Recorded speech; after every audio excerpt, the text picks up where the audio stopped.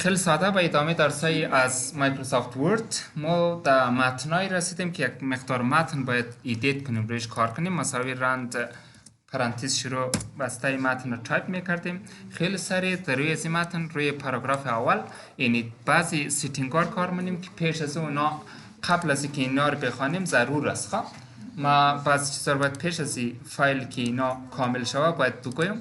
شما چیکار میکنید؟ این متن خود را اول انتخاب کنید. زمان که انتخاب کردین در تب هوم بیشترین استفاده تب هوم است. معمولا در اینجا از خود ریبون داره.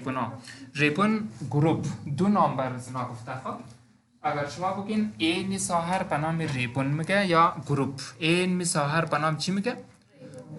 یا اکثر استادای گروپ میگه، اکثر میگه برق است. برق است. خوب است.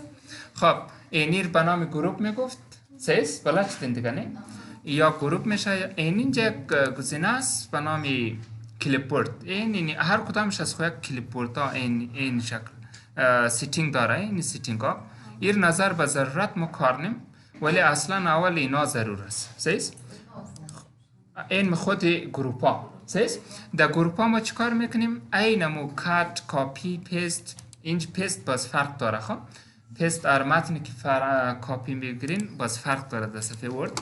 ما می فونت اینی ساحر به نام گروپ فونت یا ریبون میگه. ریبون هم یک فلان کار میکنه. خب اینی ریبون پاراگراف است و بعد از استایل و ایدیتینگ است. ایدیتینگ است.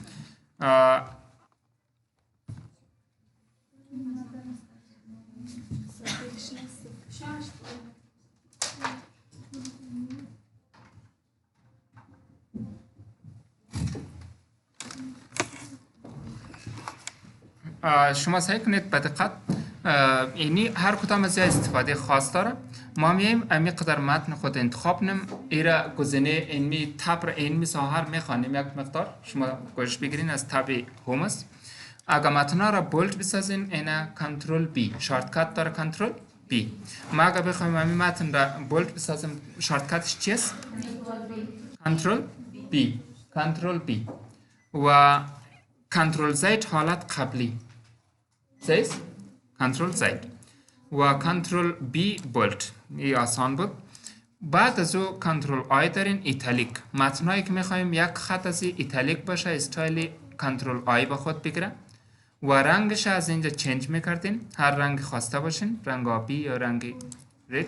سیس و یک شارتکت از کنترل یو است. کنترل یو. اندرلاین سعی کنید. اندرلاین خیلی ساده. اول متن خو انتخاب کنید. بعد از او از کیبورد کنترل یو رو فشار بدین یا از گزینه اندرلاین از اینجا کلیک کنید. فهمیده شد نه؟ متن را سایزش از این قسمت هم کلان کرده میتونین و این متن خورد. و اگر استایل خطش بگیرین اینی استایل های خط است که در اینجا لیست است. هر خط که شما در اینجا نصب باشه در برنامه ورد اینجا میایه لیستش.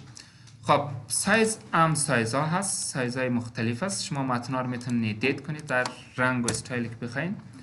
و یک گزینه است به نام استرکترو است. استرکترو خیلی ساده است. ما متن نوشته میکنم مثال هلو.